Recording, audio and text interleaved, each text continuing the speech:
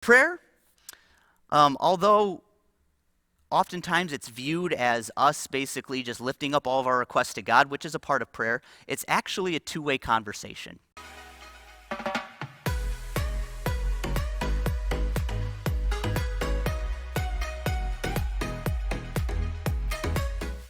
I know for me, I struggle oftentimes. If I have an hour worth of prayer, my temptation is to 55 minutes be the one talking.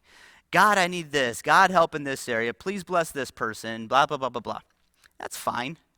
But I get down to the end of my prayer time and I go, oh, I wonder, you have anything to say to me? And it's just like the Holy Spirit just so desires to talk and to speak to each one of us, but we don't give him the time. I don't give him the time often. And so understanding that prayer is actually a two-way conversation.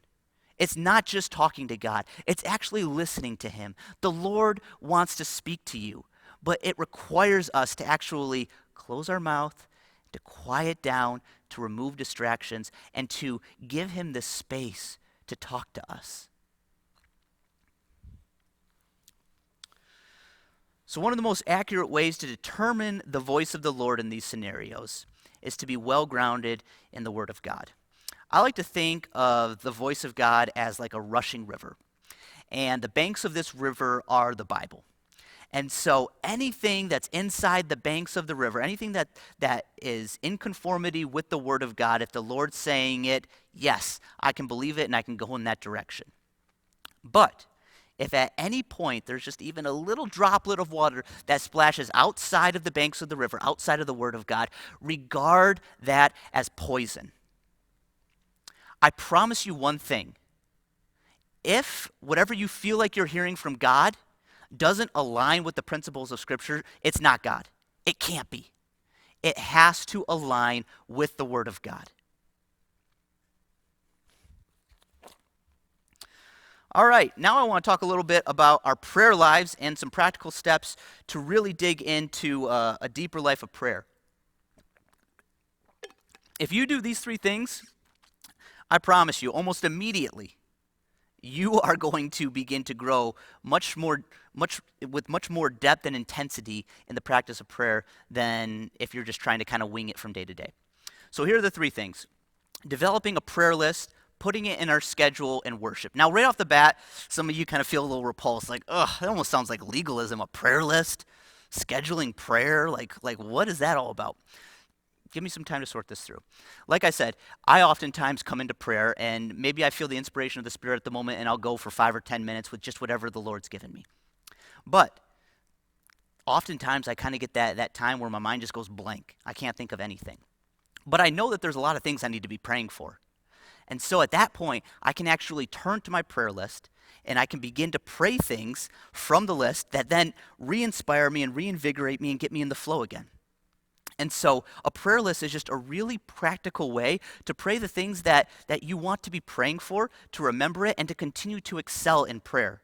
If you're trying to do it all from memory, you're going to just run into roadblocks time and time again where you forget what you should be praying for, where your mind goes blank. But if it's just right there written down, it's so easy. You just read it. Oh, I want my wife to succeed in her homeschooling. I guess I'll pray that next. And you just go through list by list the different things that you know are important to pray about. Now, one warning I want to have with this is that you don't have a prayer list for the sole purpose of getting through the list in your prayer time.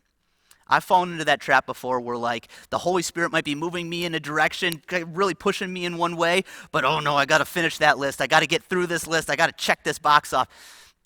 Don't do that. It's a tool for you. Don't become a slave to your list. If the Holy Spirit is ever leading you in a different direction as you're going through your prayer list, follow the Spirit at all times. Leave the prayer list. All right, so the second thing is putting prayer in your schedule. So doctor appointments are so important to us that we schedule them. You know, we get a phone call from the doctor, on Friday at 3 o'clock, whatever. And so it's in our schedule. Now, when that doctor appointment comes around, unless something major is happening, we go to it. It's just what we do. I wonder why we do not treat our time with God like that. Our time with God is the most important, crucial aspect of our entire day.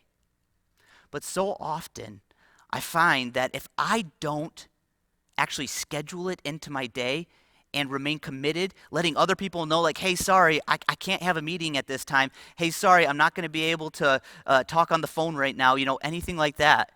If I don't stay committed to scheduling it, it's so easy for me to neglect it. And this is someone, I direct a house of prayer. I believe in this stuff, like enough to build a ministry on it.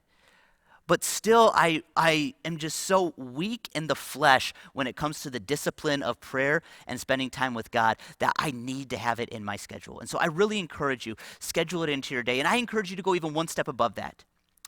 Schedule it into the part of your day that is most conducive to connecting with the Lord.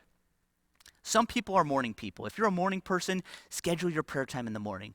Some people, they can't even blink an eye. They need 10 cups of coffee to get woken up in the morning. Their time is at night. Then make that be the time that you have for the Lord. Really consecrate the most important part of your day to the part of your day that you feel best and that you're able to really connect with God. You won't regret it, I promise you. And finally, worship. This is just, it's what's happening in heaven. Harp and bowl. There's worship and there's prayer going up nonstop in heaven. And so I believe that, hey, if it's going on in heaven, I kind of want it to happen down here on earth too. And so oftentimes in my prayer time, I have worship music going on. And how that kind of just practically looks for me is I'll find myself really going deep in prayer on something. And then all of a sudden the worship will kind of spur me in a different direction. And I'll start just worshiping and praising. And then I'll feel kind of released from the worship time and go back into prayer. And I can just kind of go back and forth between this and really go deep in prayer, really connect with God on a deeper level and really go for extended times because of just that practical step of having worship involved in my prayer time.